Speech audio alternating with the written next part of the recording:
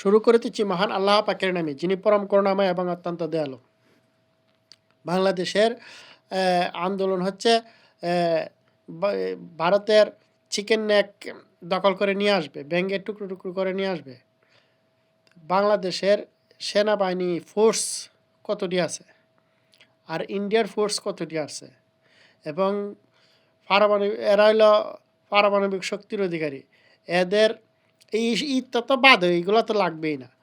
এগু দেশের 150 কোটি মানুষের বসবাস, এগুর ফোর্স আছে সব কিছু মিলে 50 লক্ষ।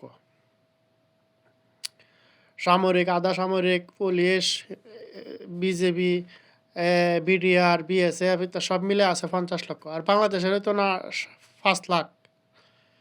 এরা যদি সবাই চারিদিক দিয়ে মিলে আর ওই দেশের মহিলারা যদি বসে প্রস্রাব করে দেয়, কিন্তু বাংলাদেশের সব কিছু ধ্বংস হয়ে যাব। আবার তাদের বিরুদ্ধে যাবে যুদ্ধ করতে, কি দিয়ে যুদ্ধ করবে? তাহলে তারপরে যদি তারা উল্টা তারা দখল করে নেয়, পুরা বাংলাদেশ তারা দখল করবে না, আর দখল করার কথাও না। তারা যদি চিকেন নেকের বরাবরে পুরাটা দখল করে নিয়ে নেয়, তাহলে রংপুর, দিনাজপুর, এই এমেদা, সিলেট, কুমিল্লার কিছু অংশ যদি দখল করে নিয়ে নেয়, কি করবে?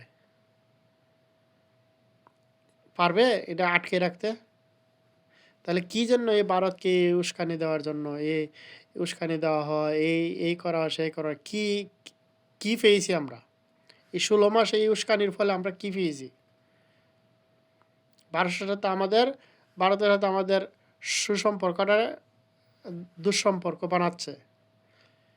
আবার শুনতেছি কাল বাংলাদেশের অর্থ উপদেষ্টা সালাউদ্দিন আহমেদ, উনি ভারত থেকে 50,000 মেট্রিক টন চাল আনানোর জন্য কথাবার্তা বলতেছেন। সাংবাদিকরা প্রশ্ন করছে যে আমরা ভিয়েতনাম থেকে কেন আনবো না? যে ভিয়েতনামতে আনলে প্রতি কেজিতে 10 টাকা দাম বেশি পড়বে। তাহলে আমি কী জন্য আনতে যাবো সেখান থেকে? আমি এখান থেকে আনলে, সাংবাদিক প্রশ্ন করলো, এখান থেকে আনতে যাবেন আপনি, তাদের সাথে তো আমাদের সুসম্পর্ক নাই। তখন সালাউদ্দিন বলছে, না, আমরা এখান থেকে চাল আনলে তারা খুশি হবে আরও। তাহলে এই যে ভিতরে ভিতরে সুসম্পর্ক ঠিকই আছে, কিন্তু মুখে মুখে এই ধরনের অপপ্রচার, অপ্রচারণা, কী লাভ? তারা যদি প্রতিবেশীর সাথে যদি সুসম্পর্ক না থাকে, তাহলে এখানে শান্তি কি করে থাকবে? শান্তি তো থাকার কোনো কথা না।